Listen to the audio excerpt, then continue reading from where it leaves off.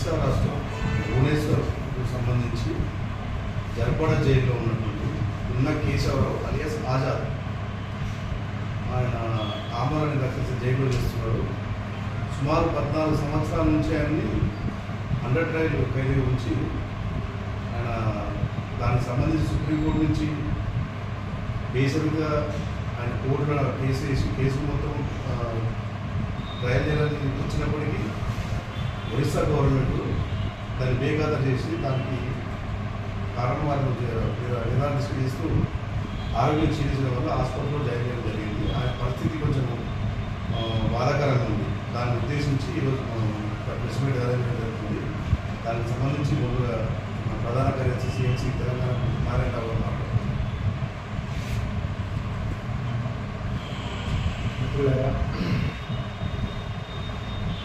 2011 మే 29 నాడు సరెండర్ అయినటువంటి పున్నా కేశవరావు ఎలియాస్ ఆజాద్ అతను అప్పటి వరకు ఉద్దానంతరం డిప్యూటీ కమాండర్గా ఉన్నట్టుగా ఆ సరెండర్ ద్వారా ఆయన సాధారణ జీవితం జీవించాలన్న ఆశతోటి సరెండర్ కావడం జరిగింది. కానీ 2011 నుంచి ఇప్పటికి చూస్తే మనకు ఒక 15 ఏళ్ళ కాలం ఈ కేసు విచారణ భాగంగానే ఆయన ఇబ్బందులు ఉన్నాడు. అంటే ఏదైనా కేసు మీద శిక్ష పడ్డా కూడా ఇంతకాలం ఉండదు. మొత్తంగా ప్రభుత్వాలు ఏం చేస్తుంటే సాయిబాబాను కూడా తప్పుడు కేసులో తప్పుడు శిక్ష విధించి ఎట్లయితే ఒక వ్యవస్థీకృత హత్యకు గురి చేసాడో అట్లా ఇతను కూడా 15 ఏళ్ళుగా జీవిత ఖైదు కూడా 12 నెలలు అనుకుంటే అక్కడికే అయిపోద్ది. అటువంటిది ఒరిస్సా గవర్నమెంట్ ఒక 29కి 33 కేసులు పెట్టింది. ఆంధ్ర గవర్నమెంట్ ఒక 16 కేసులు పెట్టింది. ఎంత విచారణ అయినా కానీ అన్ని ఒక దగ్గర వేసేసి సాల్వ్ చేసుకునే పరిస్థితి ఉండే కానీ ప్రభుత్వాలు అతన్ని ఖచ్చితంగా నిర్బంధించి అట్లానే అతన్ని ఆయన జీవితాన్ని ఖతం చేయాలనుకుంటున్నాయి. కాబట్టి అతను కేసు విచారణ జరగకపోతే ఒకవేళ కేసు విచారణ జరపాలనుకుంటే ఖచ్చితంగా బెయిల్ జరుపుకోండి. ఆయన ఇంటికాడే ఉంటాడు, మీరు 3 నెలలకోసారి వాయిదాలు పెట్టుకొని జరుపుకుని అయిపోతుంది. అటు కాకుండా ఆయన మొత్తం నిర్బంధించి విచారణ చేయడం అనేది దాంతో అతను ఎందుకు సరెండర్ అయిందో దానికి అర్థమే లేకుండా పోతుంది. ఇప్పుడు సరెండర్ పాలసీకి చాలా పూర్తి విరోధంగా కూడా ఉంది. ప్రభుత్వాలు ఆలోచించాలి. ముఖ్యంగా ఇక్కడ ఒరిస్సా గవర్నమెంట్ కానీ ఏపీ గవర్నమెంట్ కానీ అసలు ఆయన ఎందుకు సరెండర్ చేయించుకున్నారు. సరెండర్ చేయించుకున్న తర్వాత ఆయన సరెండర్ చేయించుకున్న తర్వాత కొన్ని కేసులు కొట్టివేయబడ్డాక తర్వాత మళ్ళీ కొత్త కేసులు పెడుతున్నారు. ఏంటిది అసలు పీటీ వారెంట్లు అని చెప్పి కేసులని కొత్త కేసులని మొత్తంగా అతని జీవితాన్ని ఇబ్బంది పెట్టదలుచుకున్నారు. ఇది దాన్ని ఆయన 15 ఏళ్ళుగా చూసి లాస్ట్కు ఆయన పోనీ రంగం లేదు. సుప్రీంకోర్టుకు వెళ్ళిండు, ప్రధానమంత్రి దగ్గరికి వెళ్ళిండు, అందరి దగ్గరికి వెళ్ళి నా కేసుల మీద సత్వర విచారణ చేయాలన్నారు. సత్వర విచారణ చేస్తే నేను దోషినైతే శిక్ష అయితే శిక్ష ఉంటుంది, నేను మళ్ళీ బయటికి వెళ్ళొచ్చు. అట్లా కాకుండా విచారణకే 15 ఏళ్ళు పోతే నువ్వు శిక్ష ఎప్పుడు వేస్తావు, శిక్ష ఎప్పుడు అనుభవించాలి, ఇవన్నీ ఏంది విధానం? ఇదంతా కూడా మన మౌలికంగానే ఒక విచారణ విధానం మీద తర్వాత న్యాయ వ్యవస్థ మీద ప్రజలకు నమ్మకం పోయే విధంగా విశ్వాసం పోయే విధంగా ఉంది. కాబట్టి అసలు ప్రభుత్వాలు ప్రకటించే సరెండర్ విధానాన్ని కూడా ఇది విరుద్ధం. ఎందుకంటే సరెండర్ అయిన మావోయిస్టుల మీద కేసులు ఉన్నామని పదే ప్రకటిస్తున్నారు. అటువంటిది ఇతని మీద 33 కేసులు ఒరిస్సా గవర్నమెంట్ ఎట్లా పెడుతుంది, 16 కేసులు ఏపీ గవర్నమెంట్ ఎట్లా పెడుతుంది. ఇవన్నీ కూడా తప్పుడు పద్ధతులు. అన్నిటినీ ఎదుర్కోలేక మీరు చేస్తారని మీరు నన్ను చనిపోవాలన్నా ఏంది విధానం అని చెప్పి మొన్న 15 అక్టోబర్ నుంచి ఆయన ఆమరణ నిరాదీక్షకు భువనేశ్వర్లోని జర్పడ జిల్లాలో కొనసాగిస్తున్నాడు. అది ఆయన ఆరోగ్యానికి చాలా ఇబ్బందికరంగా మారుతుంది. ప్రభుత్వాలు వెంటనే ప్రకటించి ఆ కేసులు ఎత్తివేయాలి, లేదంటే ఒక నెల లోపల సత్వర విచారణ చేసి వాటిని అన్నింటినీ పరిష్కరిస్తామని చెప్పాల్సింది. అతను ఇప్పుడు ఏదైతే ఆమరణ నిరాదీక్ష 15వ తారీఖు నుంచి అంటే ఇప్పటికీ ఒక 13 రోజులు అవుతుంది. 13 రోజుల నుంచి ఆ జర్పడ జిల్లాలో ఆమరణ నిరాదీక్ష కొనసాగిస్తున్నాడు. అతని పట్ల ప్రజాస్వామ్యవాదులు ప్రభుత్వం కన్సర్న్ చూపెట్టి ఇట్లా ఒక వ్యక్తిని సరెండర్ అయిన మావోయిస్టు పట్ల ఇట్లా అనుసరిస్తున్న విధానం ఒక ప్రజాస్వామ్యబద్ధంగా లేదు. ఇప్పటికైనా ప్రభుత్వాలు రెక్టిఫై చేసుకొని వెంటనే అతని కేసులను విచారణ చేసి అతనికి స్వేచ్ఛను ఇవ్వాల్సిన అవసరం ఉంది. అసలు ఆయన సరెండర్ అయింది కాబట్టి ఆయన ఉన్న కేసులన్నీ అబద్ధ కేసులు అవుతాయి కాబట్టి కేసులను ఎత్తివేసి అతన్ని బేషరతుగా విడుదల చేయాలని మరొకసారి డిమాండ్ చేస్తాం.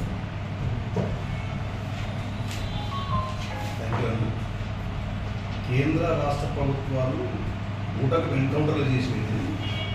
ఇప్పుడు బూటకం కేసులు వేసి బూటకం మాటలు చెప్పి సరెండర్ అయిన మావోయిస్టులకు జీవనోపాధి పునరావసరం కల్పిస్తుందని చెప్పేసి మళ్ళీ కేసులు పెట్టి ఒక రకమైన మానసికంగా శారీరకంగా హింసించి చివరికి తనంతలో తనే తీసుకొచ్చి ఎగ్జాంపుల్గా మనకు జిఎన్ సాయిబాబు ఉండే, దాని తర్వాత ఇప్పుడు దున్నా కేశవరావుకు అదే పరిస్థితి వచ్చే అవకాశం అనిపిస్తుంది. మిగతా విషయాలకు రాష్ట్ర అధ్యక్షుడు సిఎస్సి తెలంగాణ లక్ష్మణ్ గారు మాట్లాడారు. విలేకరుల మిత్రులకు ఆహ్వానం పలుకుతూ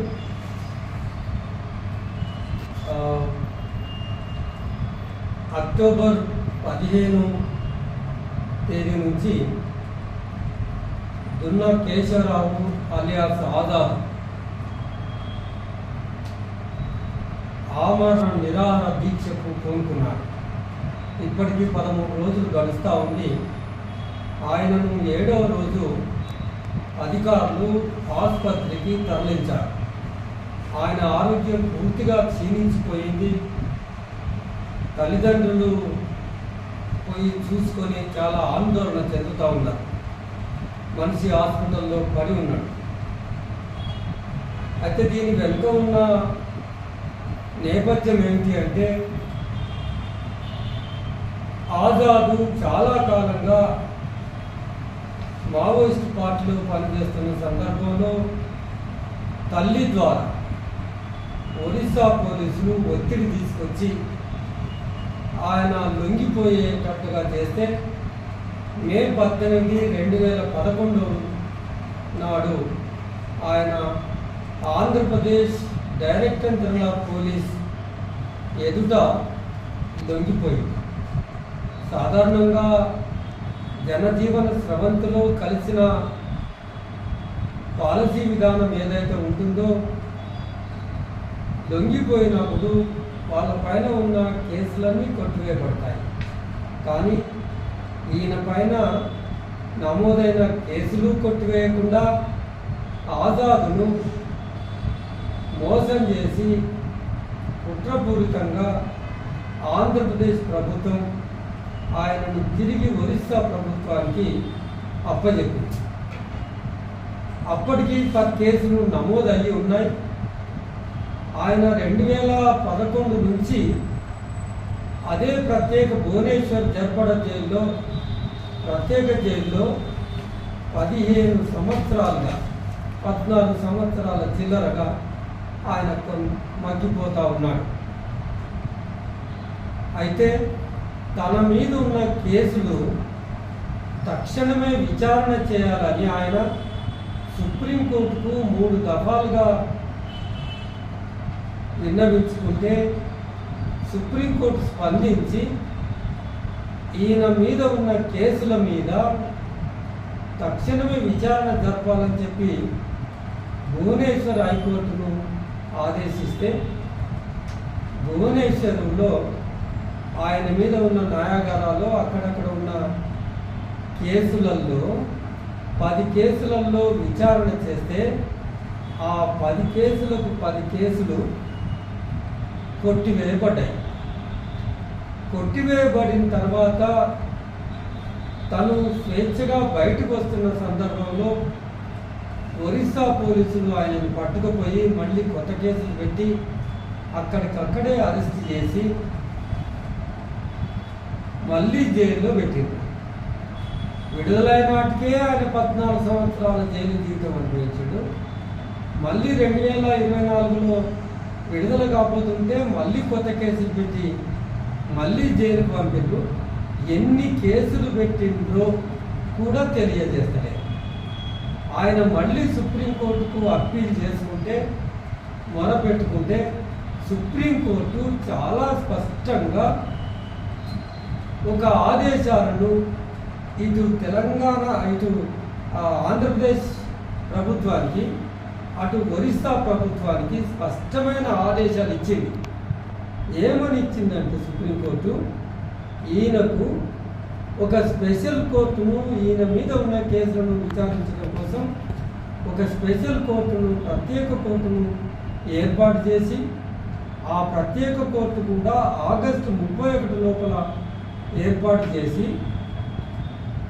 సెప్టెంబర్ మొదటి వారం నుంచి ఆయన మీద కొత్తగా నమోదైన కేసులు ఏవైతే ఉన్నాయో ఆ కేసులన్నిటి మీద విచారణ జరపాలని సుప్రీంకోర్టు స్పష్టంగా ఆదేశాలు జారీ చేస్తే ఇప్పటి వరకు ఆ న్యాయపరమైన ప్రక్రియ మొదలవ్వలేదు. అటు ఒరిస్సా ప్రభుత్వం బేఖాతరు చేసింది, ఇటు ఆంధ్రప్రదేశ్ ప్రభుత్వం కూడా దాన్ని ఆ సుప్రీంకోర్టు ఇచ్చిన ఆదేశాలను అమలు పరచలేదు. అంటే ఈ దేశంలో న్యాయ వ్యవస్థకు ఒక శాసన వ్యవస్థ, ఒక పరిపాలన వ్యవస్థ, అన్ని వ్యవస్థలు న్యాయ వ్యవస్థకు కట్టుబడి ఉండాలనే న్యాయ సూత్రం ఏమైంది అని వాళ్ళు ప్రశ్నిస్తున్నారు. ఒక మనిషి జీవించే హక్కుకు, ఒక మనిషి మానవ హక్కులకు సంబంధించి, ఒక వ్యక్తి స్వేచ్ఛకు సంబంధించి ఎంత అన్యాయం జరుగుతుందో భారతదేశంలో చెప్పడానికి ఆజాద్ కేసు చాలా ఉదాహరణ. ఆయన చేసిన నేరం లేదు, పెట్టిన అక్రమ కేసులు 10కి 10 కొట్టబడ్డాయి. మళ్ళీ జైలు ఆవరణలో మళ్ళీ అరెస్ట్ చేసిండ్రు. ఎన్ని కేసులు ఉన్నాయో కూడా ఇప్పటి వరకు తెలియజేయలేదు. కనుక పౌర హక్కుల సంఘం ప్రజలకు, మేధావులకు ఒక అప్పీల్ చేస్తుంది. ఈ యొక్క ఆజాదే కాదు, ఆ జైల్లో, ఆ జర్పడ ప్రత్యేక జైల్లో మన తెలంగాణ రాష్ట్రానికి సంబంధించిన దుబాసి శంకర్ 20 సంవత్సరాలుగా మగ్గిపోతున్నాడు. ఆయన మీద ఎన్ని కేసులు ఉన్నాయో తెలుస్తలేదు. ఒక 60-70 కేసులు ఆయన మీద నమోదయ్యి ఉన్నాయి. ఆజాద్ మీద కూడా కొత్తగా పెట్టిన కేసులు ఎన్ని కేసులో తెలుస్తలేదు. మేము డిమాండ్ చేస్తున్నది ఏంటంటే దుబాసి శంకర్ మీద ఎన్ని కేసులు ఉన్నాయో ఆ కేసులన్నీ లిస్ట్ ఇచ్చి, తెలంగాణ కేసులుంటే తెలంగాణ కేసులను విచారణ జరపడం కోసం దుబాసి శంకర్ను వెంటనే తెలంగాణ జైలుకు తరలించాలనేది ఒక డిమాండ్. ఇప్పటికిప్పుడు ఆజాద్ ఆరోగ్యం చాలా క్షీణించిపోయింది.